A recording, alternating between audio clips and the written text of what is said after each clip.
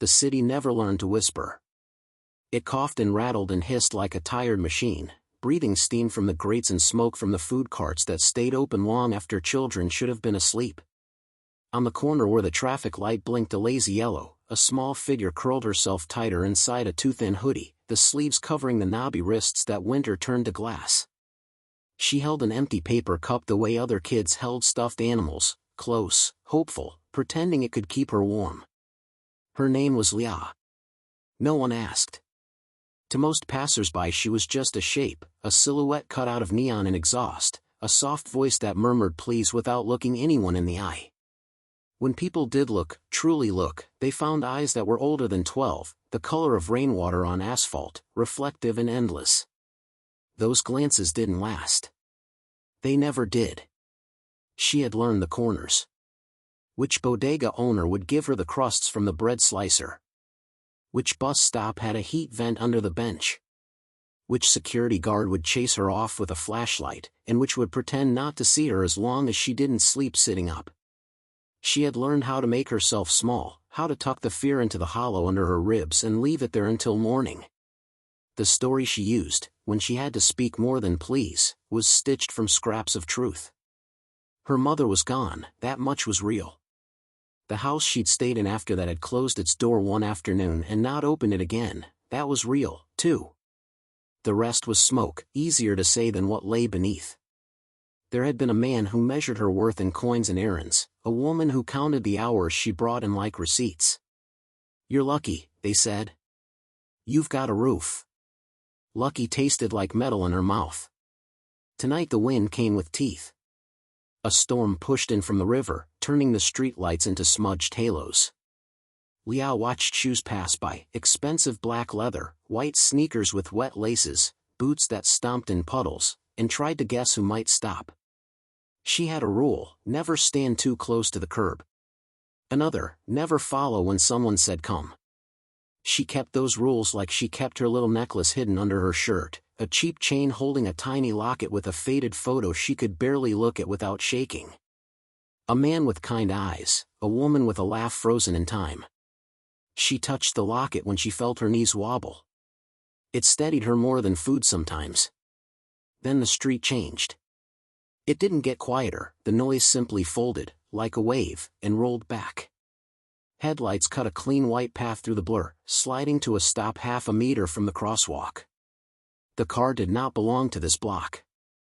Black, polished, the kind of shine that swallowed the light rather than reflecting it. The engine hummed instead of growled. Leah's fingers tightened around the paper cup. The back door opened. Not the front, the back, as if whoever was inside was used to someone else opening doors for them. A man stepped out and the cold seemed to draw back an inch out of respect. Tall, coat buttoned to his throat, a scar that started near the eyebrow and disappeared into his hairline, the kind of face you only saw on television behind charity galas and red ribbons. He looked left. He looked right. And then he looked down. For a second his eyes didn't see her. They searched the pavement as if for a lost ring. Then they found Leah's face, the eyes like rainwater, the tilt of the chin, and something shattered behind the stern line of his mouth. He took one step closer, another, as if a magnet had caught his chest. "Daughter," he said. Not loudly. Not like a performance. He said it the way people say their own names when they wake from a nightmare and realize the room is real. Daughter. The word didn't make sense. It felt too big to fit in her ears. Leah stared, heart skittering like a trapped bird, and her first instinct was to run. She had learned what happened when men called girls names that weren't theirs. She took a breath to stand up, to disappear into the alley behind the bodega. But the man didn't reach for her. He didn't kneel either like people did when they wanted to look kind. He simply stood there, shaking, like gravity had tilted. "Leah," he said, and the street tilted with him. Her name. From a stranger's mouth. No one on this corner knew it. No one. The paper cup slipped, hit the sidewalk with a hollow clack, and rolled into a shallow puddle. Leah's hand flew to her locket before she could stop it. His eyes followed the motion. Very slowly, As if any sudden move would send them both back into the old life, he lifted his hands, empty, and unbuttoned his cuff. Under the cuff, a thin band of leather circled his wrist. Attached to it was a small, scratched metal charm, the twin of the one on her locket. Leah could not breathe. The wind roared and yet she heard only the soft, impossible word trembling out of him again, as if he'd carried it for years without speaking. Daughter. A horn blasted. Someone shouted at the fancy car double parked in the lane. The city snapped back to itself, loud, impatient, indifferent. But the world and the globe between Leah and the man had already changed. She swallowed. "Who are you?" she asked, the words brittle as ice. "I'm the one who never stopped looking," he said. And for the first time in a very long time, Leah did not feel smaller than the night. If stories like this touch you, tap like, drop a comment with a heart for Leah, and share. It helps more people find these messages of hope. He told her his name, Daniel Morrow. It sounded like a landmark, like something carved into stone above a courthouse door. She had heard it before without knowing why, on a donation plaque at the library she visited to warm herself, in an article in a crumpled newspaper about a foundation that paid hospital bills for families who had run out of prayers. In that article there had been a face, this face, younger, less tired, with the same scar above the brow. He didn't reach for her, not even when she shivered so hard her teeth clicked together. "May I call someone from my car to bring a blanket?" he asked, voice careful, as if you were walking across a frozen lake and every step had to be placed exactly. Leah nodded. Her lungs felt tight around her ribs. A woman hurried from the front seat, a driver, maybe, or a bodyguard dressed like one, carrying a thick gray blanket that smelled faintly of cedar. She draped it around Leah's shoulders with the kind of gentleness that broke things open. "Hello, sweetheart," the woman murmured.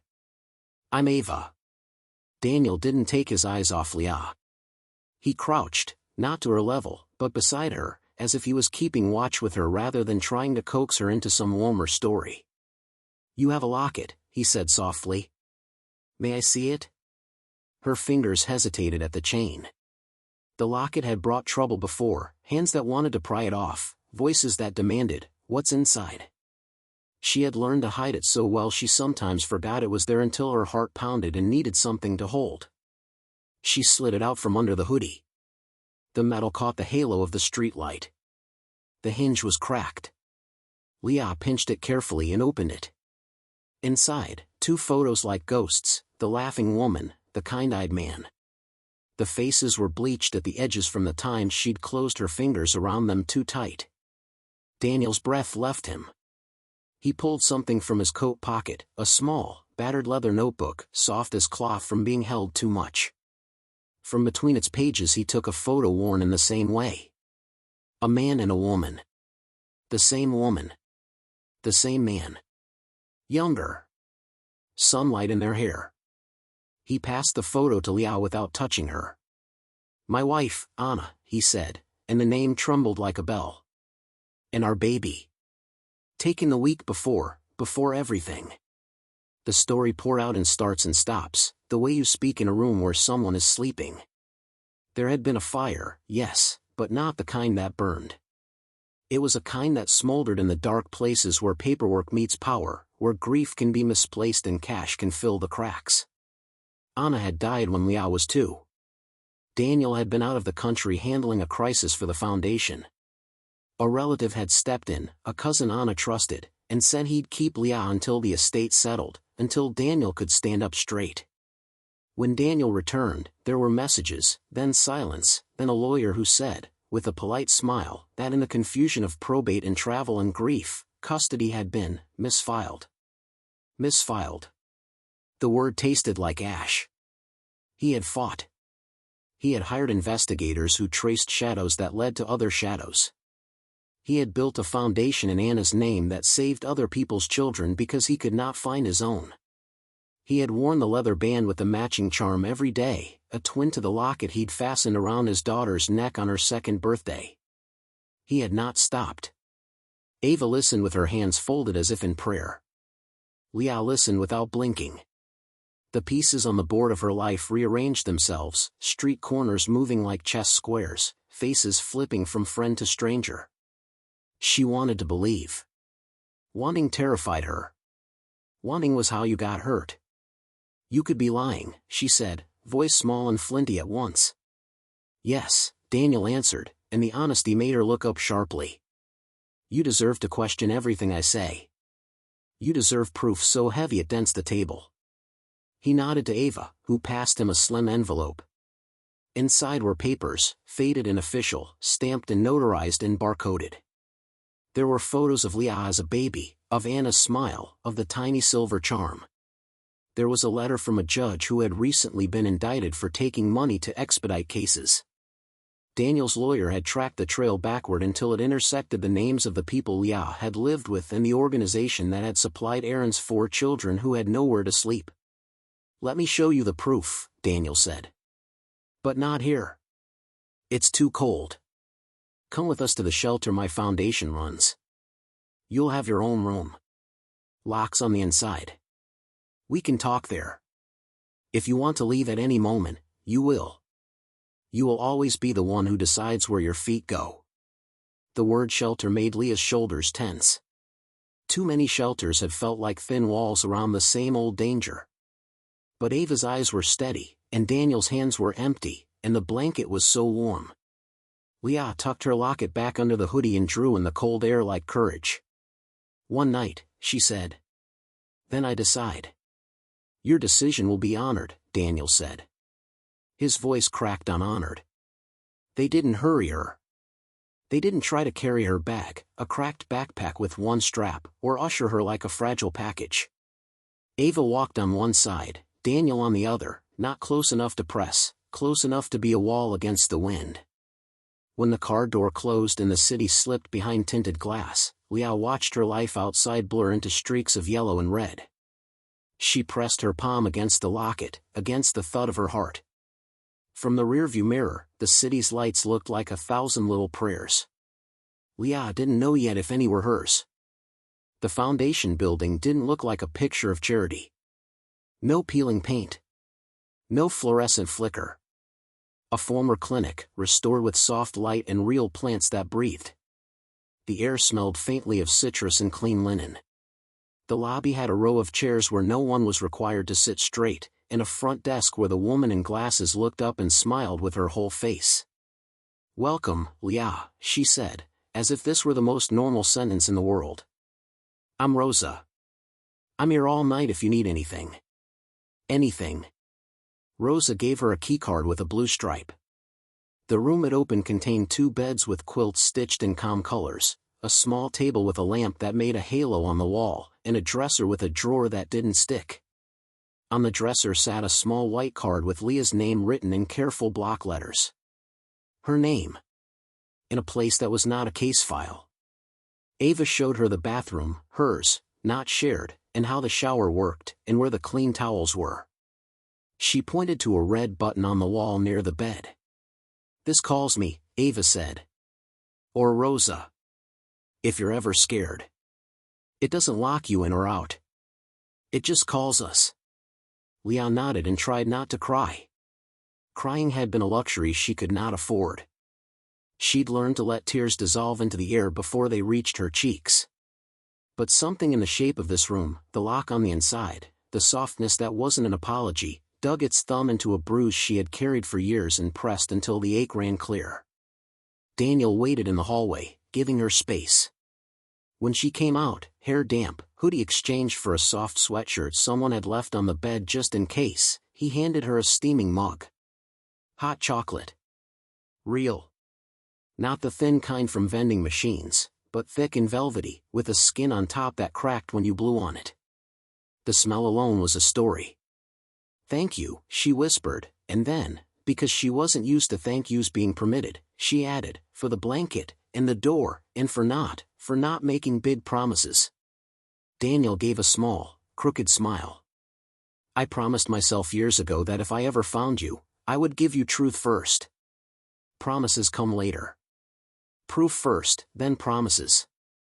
They moved to a small conference room next to the kitchen. On the table lay the envelope. Inside, the meticulous evidence of a life stolen and a life searched for. Daniel didn't dump it all out at once. He took each piece like a stone and placed it where she could see it. This is the hospital form from the night you were born. Here is your footprint, inked, the lines like rivers. This is the locket box with the jeweler's mark, and the receipt in Anna's handwriting. This is a photo of your second birthday, see that smear of frosting there? You were determined to wear it rather than eat it. This is the court order from last month, vacating the custody transfer as fraudulent. This is the investigator's report tracing the money paid to the judge. Leah's fingertips brushed the paper where her footprint had been. It didn't feel like her. But the locket did. She touched the charm, then Daniel's wristband. The twin. She studied his face for lies. She found only exhaustion and a kind of quiet terror, the terror of a man who had finally reached the door he'd been banging on for years and was afraid to find it empty behind. Why now? She asked. Why tonight? You've got people for everything. Why were you there? His answer was so simple it made her chest hurt. Because I still drive the routes where we might cross, he said. Because I told myself that hope was a discipline, not a feeling. Because I left the gala early to follow a rumor about a girl with a locket on this block, and because I would rather be wrong 1,000 times than miss the one time I am right. They talked until the clock on the wall hummed itself toward midnight. When Leah's eyelids began to droop, Ava walked her back to the room and set the keycard on the nightstand where her hand could find it in the dark. Daniel stood in the doorway and did not step over the threshold. Good night, Leah, he said. He did not name himself again. He did not ask for the words she knew he wanted to hear. If you want me to leave the building, I will. If you want me down the hall, I'll be here. Down the hall, she said, surprising herself. Down the hall, he echoed, and she felt the phrase settle on the air like a promise that did not demand anything in return. Leah climbed into a bed that did not squeak. The quilt smelled like laundry hung in sunlight. She tucked the locket under her pillow the way other kids tucked notes to the tooth fairy. She had not asked for a fairy. She had not asked for a black car or a man who knew her name. She had asked only to get through the night. For the first time in too long, morning felt possible. Hope doesn't come alone. It walks with other visitors, fear, suspicion, the ghosts of the old life who knock on new doors with old hands. They knocked the next afternoon. Leah was in the small art room where someone had left watercolors and a stack of thick paper labeled for practice. Use all you want. She had never thought of using color as a way to breathe. She dipped the brush, made a sky that dripped, and laughed under her breath when a clumsy purple cloud bloomed where she hadn't meant it to. The laugh startled her. It sounded like a bell that remembered a song. Ava appeared in the doorway with a tilt of her head that said something had changed. Two visitors asked at the desk, she said gently. They say they're family. We don't let anyone in without your permission. Family was a word that rattled the shelves. Leah's hand tightened on the brush. She set it down carefully, as if sudden movements might spill the past all over the floor. What do they look like? Ava described a man with a heavy jacket and a woman with a scarf that hid the sharpness of her mouth. Leah's stomach dropped. The old house. The counts. The errands. The rules you obeyed because consequences taught you arithmetic. I don't want to see them, Leah said. The room swayed. Ava nodded. Then you won't, she said simply. Would you like Daniel to be with you while we ask them to leave, or would you prefer to rest? The choice felt like sunlight. Daniel, Leah said. In the small office near the lobby, Daniel stood with his hands in his pockets, the leather band at his wrist like a tether. He did not look surprised when Ava told him. Of course they came, he murmured. The money just ran out. Rosa handled the front desk like a general with a soft voice. We are a confidential space, she told the visitors. No one sees anyone here unless invited. If you have papers, our legal team can review them. The man's smile was wrong. She's our niece, he said. We raised her. She owes us the respect of a conversation. Respect. Another word that had been broken until it cut. Daniel stepped forward. He didn't raise his voice. He didn't show his teeth. You misappropriated custody through a corrupt process, he said. You put a minor in dangerous situations for profit. You will not speak to her. You will not come within 50 meters of this building again. The woman's eyes flicked to the leather band on his wrist, to the scar. Recognition turned her mouth meaner. Oh, she said. The wallet with a heart. You can leave voluntarily, Rosa said, or I can call the police and our press contact. Press contact. The woman's mouth closed. The man scowled. She owes us, he repeated, as if the word were a spell that could force doors to open. She owes you nothing, Daniel said. Ever again. They left, but not with the slink of defeat. They left with the calculation of people who believed there were always back doors. Ava checked the cameras twice that evening. She added an extra staffer at the night desk. Daniel sat in the hallway with a book he never turned the page of, the way a father sits in the bleachers of an empty gymnasium because a kid once said they would try out for the team tomorrow. Leah didn't cry when Ava told her they were gone. She didn't rage. The relief was colder than she'd expected, like winter air flooding a room after the window sticks and finally opens. She went back to the art room and painted a door with a lock on the inside. She painted a car with headlights like two moons. She painted a small hand, open. Near midnight, as if summoned by the hour when the city's lies loosen their collars, sirens howled 3 blocks away. Ava's phone buzzed. Rose's, too. The old house, the cousin's place, had been raided. Not by magic. By papers. By people who followed the money until it led to doors that had been sure they would never be opened. There were other kids. There were always other kids. When Rosa told her, Leah sat with her hands folded like a photograph of a grandmother who went to church every morning before dawn. What happens to them, she asked, the other kids she didn't know but knew. We'll do what we do, Rosa said. Find rooms with locks on the inside. Hold hearings. Find the ones who have family. Make families where none are safe. Daniel didn't say it, but the look he gave Leah said the part of the story he could control had just begun. The part where paperwork became protection instead of prison. The part where mourning didn't have to be survived, it could be awaited. The ghosts would knock again. That's what ghosts do. But the house of Leah's life now had a peephole and a chain and a button on the wall that called someone who came. Courtrooms are built to swallow voices. They are taller than they need to be, coated in wood that shines like it's listening. Leah had never been inside one. On the day a judge with clear eyes and a reputation for disliking lies sat behind a bench and read names that had once been misfiled, Leah's knees shook. Ava sat beside her, a hand on the table, not touching, but there. Daniel sat 2 rows behind, as if he'd learned from the hallway that respect sometimes looked like distance. He wore the same leather band. He wore the same fear, softer now around the edges, like a plate that had been held so long your fingerprints burnished the glaze. The proceedings were surprisingly short. Fraud discovered. Custody vacated. Orders signed. The names that had cluttered Leah's file fell away like leaves. The judge glanced over her glasses at Leah and softened. You have people now, she said, off the record, as if the recording device needed this part for balance. People who answer when you call. Outside the courthouse, the sky had decided to be spring even though the calendar said it was still trying. The air carried the green smell of something pushing through soil.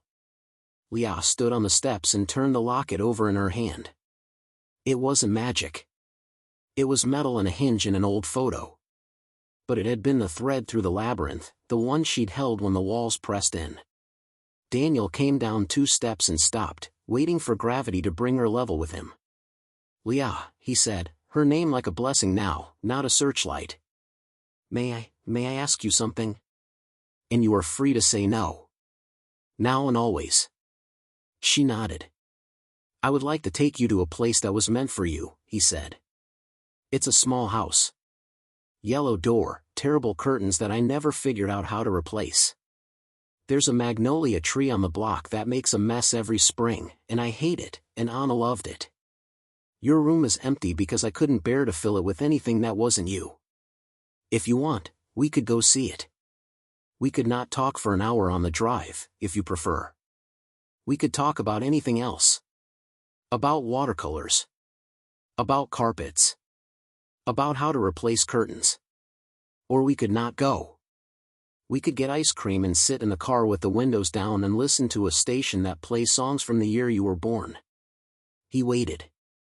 The city sounded different from this step, less like a machine, more like a river. Choices sounded like that, Leah realized. Like water finding paths. I don't know the word yet, she said honestly. The word for you and me. Neither do I, he said. We can practice.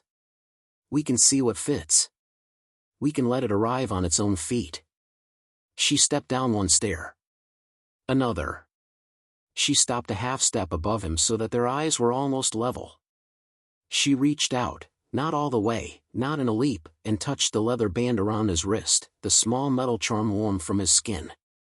He looked at her hand as if it were a sunrise. Daniel, she said, and the name didn't feel like a wall anymore. Let's go see the house. The drive out of the city tasted like new music. They did talk about curtains, and then about paint colors, and then about magnolias. They argued gently about whether the petals looked more like fallen stars or crumpled napkins. When the black car turned onto a quiet street where the trees were planted in a line like a chorus, Leah felt her chest tighten. The house with the yellow door looked both small and big at once, small because doors are always smaller than we remember from dreams, big because of what they hold. Inside, the air had the faint smell of lemon oil and books. The room he called yours had a window with a view of the magnolia, a bed with a quilt that did not match the one at the foundation but had the same quality of being made by someone who thought about shoulders and toes. On the dresser sat a photo in a frame, the laughing woman, smiling into a sun she had believed would last forever. Leah set her backpack on the floor. She took the locket off and laid it beside the frame. The two images, the small one, the larger one, sat side by side like an echo that had finally caught up with its sound. May I show you something? Daniel asked from the doorway, voice barely more than the breath it rode on. She nodded. He opened a different drawer and took out a wooden box. Inside were small objects saved by people who understand that salvation sometimes looks like keeping, a hospital wristband, a sock so small it made you laugh, a finger painting in colors only a toddler could love without apology, a paper crane folded lopsided. He set the box on the bed and stepped back. Leah reached in. The wristband weighed less than air. She slipped it around her thumb and felt the ghost of a pulse. She picked up the paper crane and unfolded it. Inside, written in a sprawling hopeful hand, was a word she didn't know she was ready for until she read it. Daughter. She didn't say it aloud right away. The word deserved the quiet. She let it sit in her mouth like chocolate melting. She took a breath that didn't hurt and looked at Daniel, at his open hands, at the fear that had softened into something like wonder. Dad, she said, and the house exhaled. The magnolia outside chose that exact moment to let go of a petal.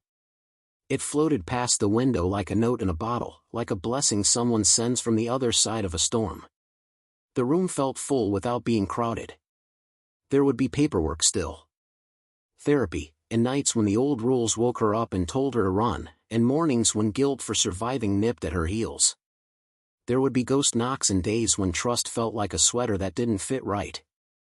But there would also be breakfasts where the eggs were a little too salty and no one pretended otherwise, and an art teacher who said you have something, and a driver named Ava who became Auntie Ava because love sometimes gets promoted. And there would be this word, steady and simple and sufficient, a small boat in which two people could cross back from loss. If this story moved you and you want more like it, please like the video, subscribe to Cryspire, and share it with someone who needs a reminder that reunions still happen. Your support keeps these stories alive.